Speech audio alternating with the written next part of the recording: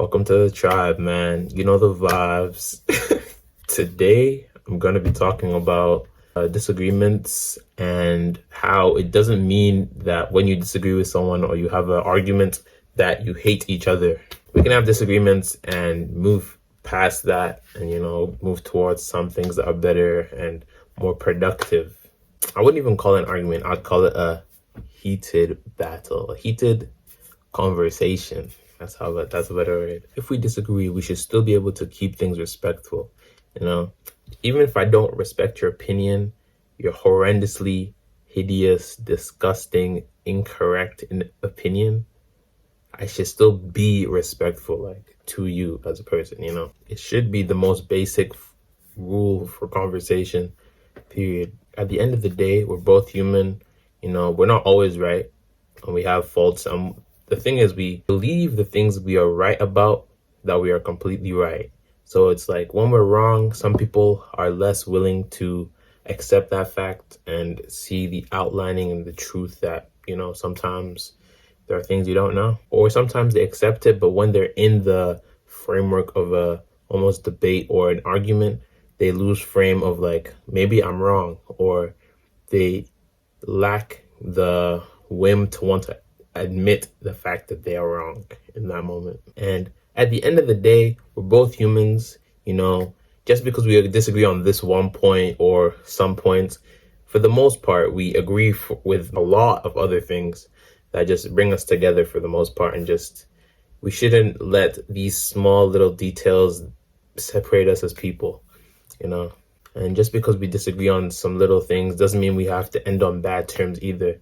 There's so much more that we stand for and that represent each of us separately and who we are. And we can end on a good note by you hitting that subscribe button, hitting that like bell, and commenting, comment something that you think. Comment a situation where you've had a argument where you could just tell that someone was just not trying to make things work out, or something else that you relate to in this video. Or even you, if you were the person who was being a little bit biased, they weren't listening, or they knew that they were wrong, but they didn't recall it back, or they ended on a bad note just because of one or two little inconveniences that you don't agree on at the moment even.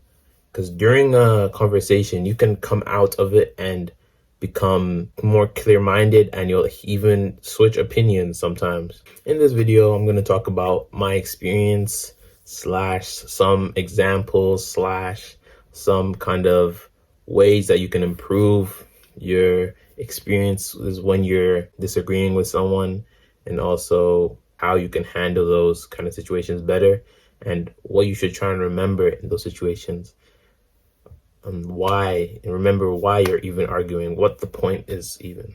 Growing up, I was you could say I was a bit more of a argumentative type. I would get into arguments pretty often. I was always the chatter, the yapper, just trying to see who was right and trying to just learn more about different people and things as I learn, and just challenge things as they come. And I noticed that there are certain types of people who are very uncommunicable, or you can't even speak to them on a human level, or more like a deeper level. Simpler things or surface level things are very simple to talk about, but once you start going a bit deeper about things you don't really agree about, even just talking to them about what they care about, go a bit deeper, they can feel a bit more guarded, that they feel like you're trying to attack them if you don't agree with them, or they feel like it's a confrontation when you state something that they don't believe in, or at least for the moment, right? And I believe this is the cause of, at least the people that I spoke to, some of them I was able to talk to and then help them see what they're doing in the moment. It's usually just due to a lack of, communication skills in that moment. They might have it, but then once those topics come up, they just, almost mind goes blank. I mean, something simple right there you can take away is, when you're in a argument, you should try and stay as calm and patient as possible. Try and make sure the other person balances that out with you too. You don't want to just be quiet sitting there and then the person just keeps yapping, and then you don't have your point, or you have some points to add on or to comment on or even answer the questions. They don't want to stack some questions on top of you, and then they don't give you an answer to respond. You need to be able to come back a bit faster, or at least set those grounds in that, okay, it's my turn to speak, give me a second, or you've spoken enough, now it's my turn. Can just talk to them like, what are we even talking about? You could say something like that, or what is the goal of this? Why are you, kind of detaching from the situation and making it more of an emotional argument? And something that you could easily see someplace, if you want to see an example, download Twitter. Download Twitter for a week, and you're going to see examples of horrible communication skills of people that disagree about certain topics over and over again. The same arguments will be played, the same types of non-arguments, the same types of just making fun of each other that just don't lead to anywhere. Nothing constructive for the most part. There are some, one or two, but then someone can just say something that doesn't correlate to what's the real disagreement or argument that's going on. People on Twitter, they can end up getting hot-headed, loud mouth, like even though we're just typing, but you can tell, like, start spamming caps, throwing in some memes. I mean, it's funny in the moment and try and take a little bit of pressure, but the types of memes aren't really aimed towards that. It's more about making fun of the other person, just like, you're stupid with having that opinion. I mean, sometimes it's funny, sometimes even I do it, but some people do it more often than others, and some people use that almost like a defense mechanism that they don't even realize, that stops them from thinking critically about why they think what they think and if they really believe in what they believe in. When you are disagreeing with someone, remind them, like, what is the goal? What are we trying to do here? Another thing we can do when we have a situation that we're arguing with someone, and something we should remember, is that we should try and at least keep the conversation constructive. The point of us disagreeing is that there's something that we both, or at least one of us, doesn't see the truth in. The main goal is to try and find out the truth, or at least come to a better understanding between each other, so you can lead to something greater.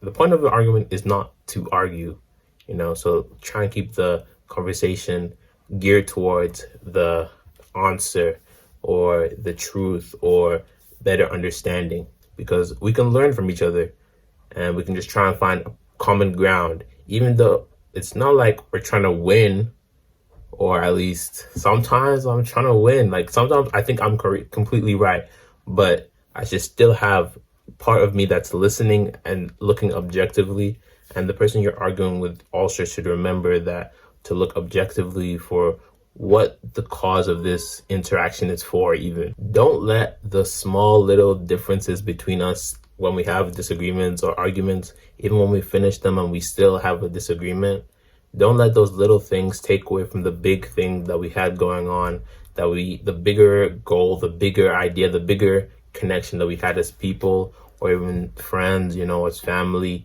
Don't let those little disagreements tear you guys apart. Even if it's not permanently, even temporarily, make sure that you guys are both trying to make sure that you're coming to a better understanding. Nah, it sounds like I'm talking to my ex. Not that I've had one, but you get the picture.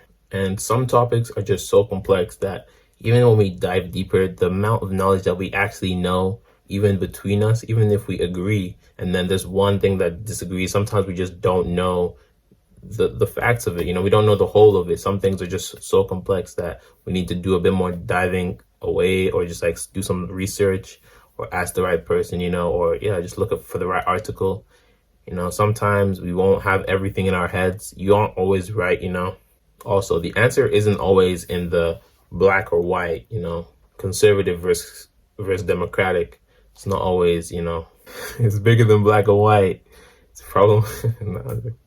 You know what Dion said? It's bigger than black and white. Was that little baby? But, sometimes it's a little bit more nuanced to things, It depends the situation. It depends who you're talking about, and when, why, how, all those question words. Just, you need to be able to understand that things are deeper than you make it to be. Assumptions are necessary for, generalizations and like making sense. But when you're making a point with assumptions, you need to be an open mind of the type of argument or situation you're in. If you are talking about one of those nuanced things, or if you're actually talking about this specific person or this specific situation, because that can take away from the small differences that don't accompany the other ones that you assume, which are usually true. And each disagreement shows that there might be a place for you to learn, find a better truth. And if you find out that you're wrong in an argument, don't act like a little kid. Just admit to it and move on. The whole point of the argument or disagreement is that one of us is right and we're trying to find the closer path to the truth, the closer answer that gets us there. What is true will prosper. So even if you hide now, someone will just do one quick Google search or ask one other person, and boom, the truth has unveiled itself easily. Second last thing, I do understand that some topics are a bit more sensitive towards certain people, and you have to take a bit more, caution when you're talking to people about them, blah, blah, blah, But people shouldn't use that as an excuse to not talk about certain things. Yes, you have an emotional connection to that information or that kind of scenario, but objectively, that thing still happens. People still go through it, and it still happened, even if it's specifically to you. You should be a bit more understanding when you talk to people who are more attached to that kind of situation, or they're a bit more emotional, depending on what you're talking about. Don't let the person use that as their excuse. And if the person uses it a lot as an excuse, like, oh, we can't talk about that because blah, blah, blah, blah, blah, but there's certain things that, finally, there are certain things that some people don't want to talk about because they can get them in trouble at work, with their family, online, especially. There are certain things you can't talk about. You know what I mean? There's certain things you can't talk about. I'm not going to say, you know what I mean? So I'm just leave it there, right? At the end of the day, we all have the free will to choose and act the way we want to do. Nobody can make you do anything. If you really think about it, you really choose to act and partake in certain ways and the way you move. Sometimes you don't even realize the reason why you act a certain way or the reason you think a certain thing. So you just try and be a bit more open, but don't be so open that your brain falls out, And also, if you guys have any ideas for me to make any videos on interesting topics, it doesn't have to be related to just communication. It can be really anything you want to learn that maybe I have more experience in, or something I want to learn even. Maybe some books that you want to recommend or I should read. Leave it in the comments, anything, All right, see you.